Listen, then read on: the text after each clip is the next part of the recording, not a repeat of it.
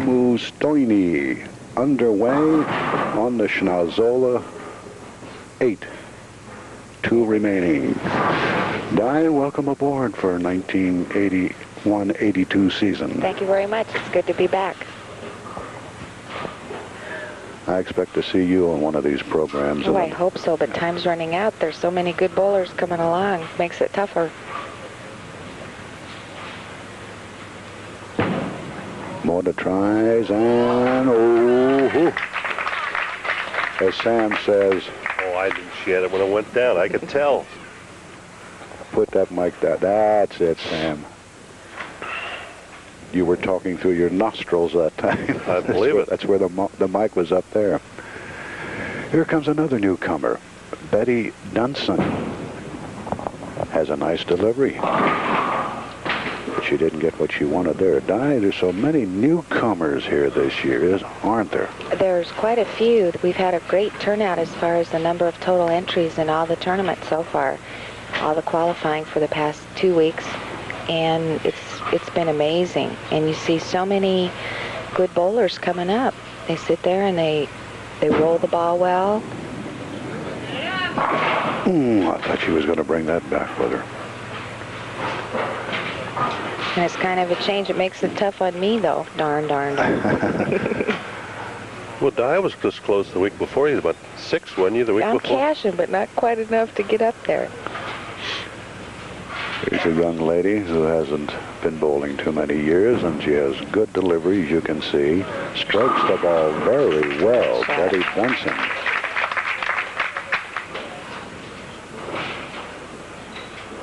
Yeah, but Betty's only been bowling for 8 years. She's averaging 170.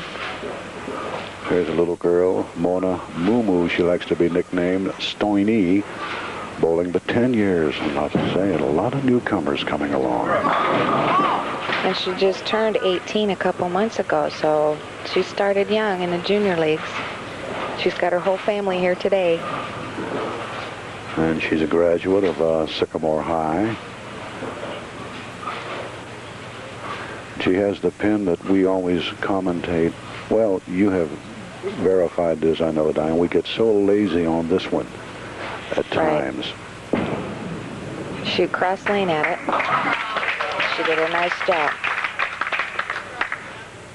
If you'll notice, most of the gals today on the show, well, all of them, it's spares are the name of the game because not everybody's going to strike all the time. So if the viewing audience will take note where they line up to roll their spares, it's always cross lane. You want to give yourself some margin for error.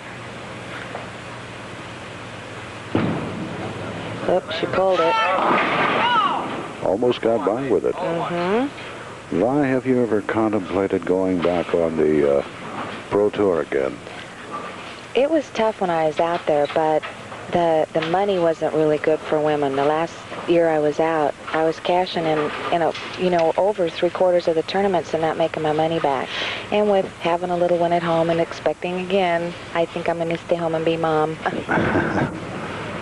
Hang on. Now, I'll be truthful. I thought that was gone, Sam, and you too, Di, when she let the ball loose. It looked like it. It really did from this angle. But she put a lot of lift on it, and it caught the lane and hooked at the end. Well, these two young ladies, for newcomers on television, cameras don't seem to bother one iota. It doesn't look like it, but they've all admitted they're very nervous. The girl I felt so sorry for last week was Jarush Foley, remember? That's right. She was so nervous. And you could see it affected her game. They say block out the lights, but I'll tell you, it's awful tough. See if she can cover the spare. Good. That's a tough spare, the 1, 2, 4. Yeah, it is. When there's more than one pin up there, it's awful tough to get them all. Betty Dunson. She had a 256 high game already in her young career of bowling. She, by the way, all of this is a ball stuck down in the pit, so we'll take just this moment. You know, I've had more women ask me from Queen of Bowling. They see some of these girls, young girls, fire that ball. They said, are they using a full 16-pound ball? Yes, they do. Right. It's not the 14 or the 15. It's full 16. Yeah. Betty and Moo Moo are both using a full 16-pound. And so many are full fingertip now. Yeah, they are. They don't start off with it because when you first start out, you usually use a conventional because you feel a little more secure getting more of your fingers in the ball.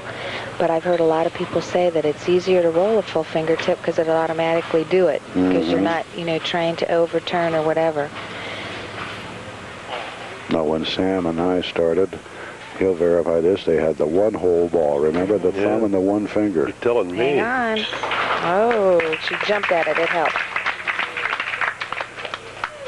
There's still a few men that I know up in Detroit that still use the two-finger ball. One for the thumb and one for the finger.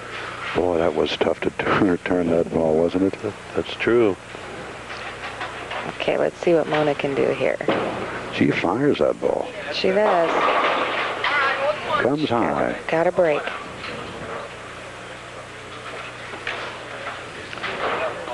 We got Sam about 9 pins separating the two. That's right. Now 57 to 48 in the third. Today we got the BPA Trevin. We got Coleraine for the girls and the boys over at Harrison Bowl, and the YABA is over to Super Bowl today.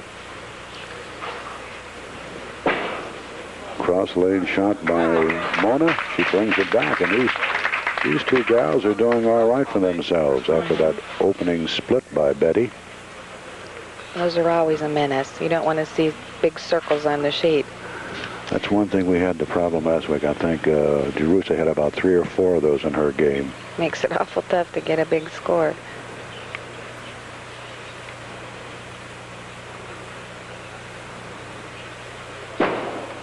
That looks good. Oh, yeah. That was long gone when she let it go. And she knew it. You could tell the minute she released the ball. She said, that's going to be close. That'll make her lose now after that strike, I'll tell you. Okay, Betty needs to make a move here. Watch out. Almost. She got a wiggle out of that 10. She got a break from a split. You know, I wanted to say one thing last week, Sam, and I didn't want to. I did and I didn't. Remember, Jerusha Foley was rushing the line, and I wanted to say that she was Rusha, you know. Rushing. That was a trouble. That was a Rusha. And, oh, God, no, I knew that. She knew that was gone when she let it go. That's a shame. Right now, little Mona here is sitting comfortably out in front. Needs to fill the frames. And Betty needs to start striking. Betty's got a real good delivery. Hasn't she, though? She's real slow. Good shot. She knew she needed to start something. She says, now's the time to start. But here's a young lady, 18 years of age. That's the way to get on it. 18 on television, a chance to become queen. All these youngsters. Oops. Didn't quite finish. No drive, no 5. Is that what they say? Oh, true. No fingers, a 5 lingers or something like that, Diana? That's it. Now Mona's high game is 279 with a 770 high series, which still is the record at strikes and spares for the women. That's a lot of lumber, isn't it? 770. A bunch.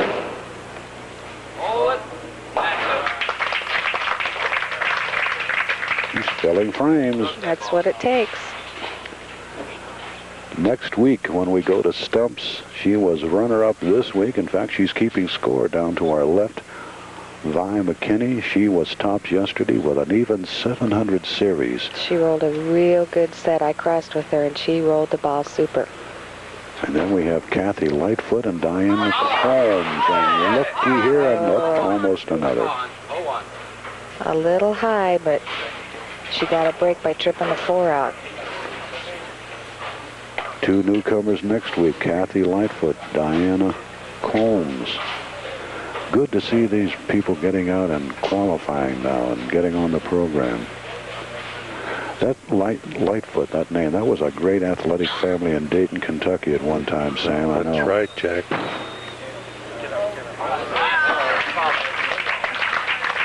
I keep coming up with Dave Lightfoot for some reason.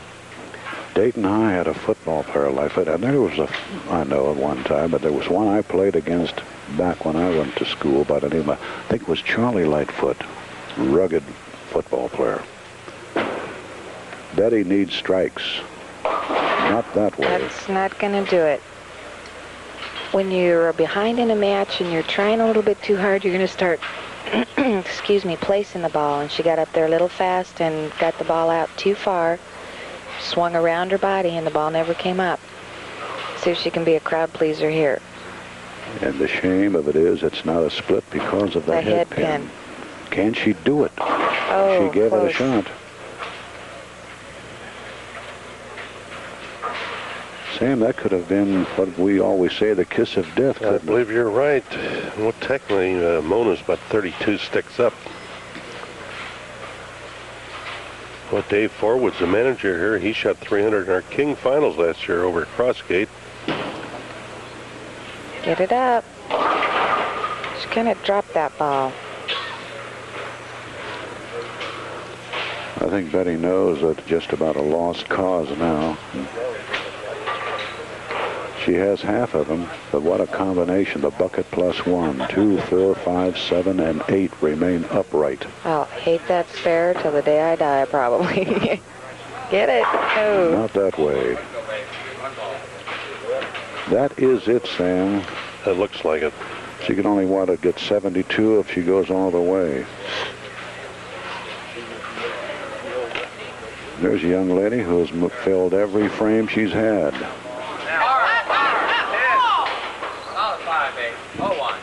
And when she doesn't get a strike, she's giving herself pretty easy spares to shoot. She's getting 9 every frame except for the first, and she got 8. It's 6-9 she had so far. Is that right? Yeah, 6 that's up, right. yeah. 1 strike and 1 8 count. She's in the area.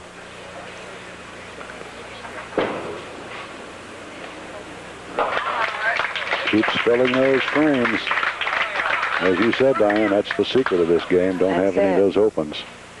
Well, you figure that if you can learn to pick up spares that you have trouble with, such as the 10-pin for right-handers and the 7 for left-handers, if you leave it 2 or 3 times a game, start picking it up, most of the time you'll raise your average 20, 30 pins. So spares are the name of the game. Watch out. Oh. She said, thank you very much on that one. Her dad back here is rooting, and he's proud as a peacock. His daughter comfortably out in front and has put this first one away. You can tell she's a little nervous because she's got a little bit more speed than she usually has.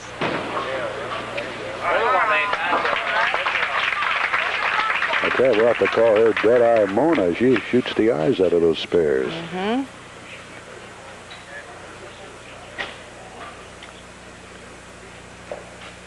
There's our shot with our floor camera. Oh, almost another washout. Betty bowled in a tournament last night up in Dayton. Said she didn't even get home till 2. She says, I don't know what I'm doing. Little tired. Well, you know, a lot of times, Diane, you know this to be a fact. When you have less sleep, you seem to be more relaxed, and usually you shoot better. That's true. I do. Good cover. Right by the book. But it's too little, too late for Betty. Betty Dunson has fallen to Mona Stoini. I had to get the correct pronunciation. Sam, I've had 3 different pronunciations for that. It was Stoin, then it was Stoini, but it's Stoini. Stoini, right. I asked Mona's father, how do you pronounce your last name? He said Smith. I said, thanks a lot. And cross it. Oop. And I walked away from her.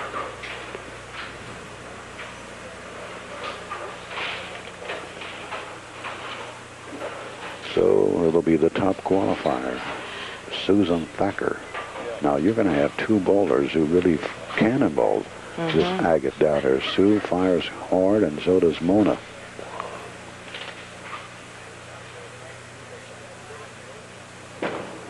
Well, Betty shouldn't feel bad. She's with all the queen qualifying, and she made it on TV.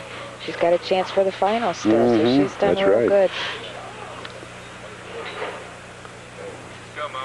Next week we go to Glenbourne, start at 9:30, Jack, and the finals will be over at LaRue. I'm glad you reminded our viewers of that, and our bowlers in particular. Here's little Mona trying to go all the way, and she has won. She fires that ball, doesn't she, for such a little shaver? Yeah, she throws it good, though, Jack. She rolls it. Is she got a possibility of a 200 here? 204 with another one. Two more, rather. She needs another one in 6 Another for one 2. to 6 Yep. for you, that's right. Well, the way she's throwing it, I think she's going to get it. Will that make her feel proud? Oh. First on television, firing You at bet. 200. It's a good shot. Ooh. I'd take 190 first game on TV. 94 won't be bad at all. And she can look back and say, you know what? I didn't blow a frame. I failed And every that's one. awful tough to do first time on TV.